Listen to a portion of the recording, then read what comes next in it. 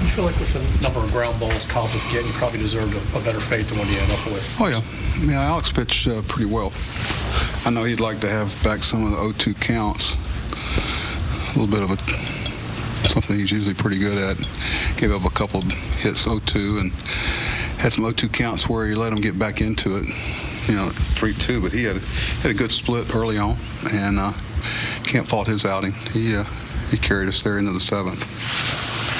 You see a guy like Jonathan that's having so much success in just a short span now. I know you said you always feel like the numbers will be there, but are you seeing kind of a different guy, and maybe some of that confidence back from last year? Yeah, I mean, you say things like that with track record and that stuff, his numbers, but, sometimes a year it doesn't happen. And John's, I think people really underestimate how strong he is mentally. And he's as coachable guy as you ever want to see, and he's a great listener. You got to be careful what you throw at him, because he's going to put it into play. And some of that's John's gotten. He's such a pleaser, and so many people try to help him through that. And I remember the last conversation I had with him wasn't about anything mechanically or whatever. Just won't get into it. But he's been solid. I tell you, he's really played well defensively too. In a lot of different places we moved him around. He really liked to see the ball coming out towards him.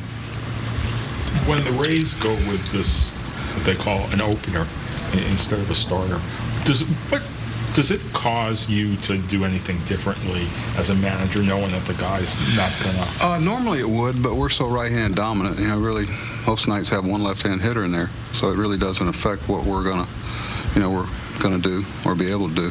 So. Most cases it would, but no. I mean, I keep in mind why they're doing it, and why they've had they've got a lot of depth, because they've had a lot of challenges with injuries for whatever reason, and they got a lot of people that they're able to move in and out of there, which you have to be able to do. And I think more importantly, as important is they have a very versatile club with their position players that can play a lot of different places and do a lot of things. That ball back to Marinas, did he just get sped up there a little bit? Probably. Just, he had a chance to really get a big out for us there and did everything right except the throw over there. Chris was heads up, and Caleb, but we were able to get that out at the plate, but would a lot rather got that out at first base, obviously. But, Paul came in, got a big double play ball, and then I thought the hit by pitch kind of took the momentum away from him. But, Chris had 3 good at-bats tonight, hit the ball on the button 3 times, and I thought Peterson really played well at third. I can't tell you how hard that play is when a bat's flying by your head. A lot of people bail and run. He stuck, just like we know about Jace, he stuck his nose in there and made a play. With John, have you seen him kind of... Who? John. Have you seen him kind of embracing a bigger leadership role, especially with Manning out of the infield now? I don't know about embracing. John's, there's a lot of people you'd love to follow his lead. He's just real sincere. His game is, when he got over a little bit of, when he was struggling, he wore it so much because, he wanted to do it, not necessarily for himself. It was more from a team standpoint.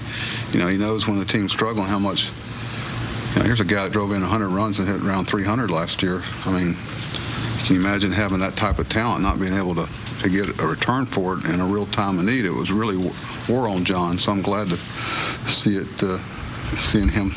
But the thing about John hasn't changed at all. John's the same guy. He's always approachable. He's just a pleasure to be around every day. It's obvious his mom and dad did a great job with him.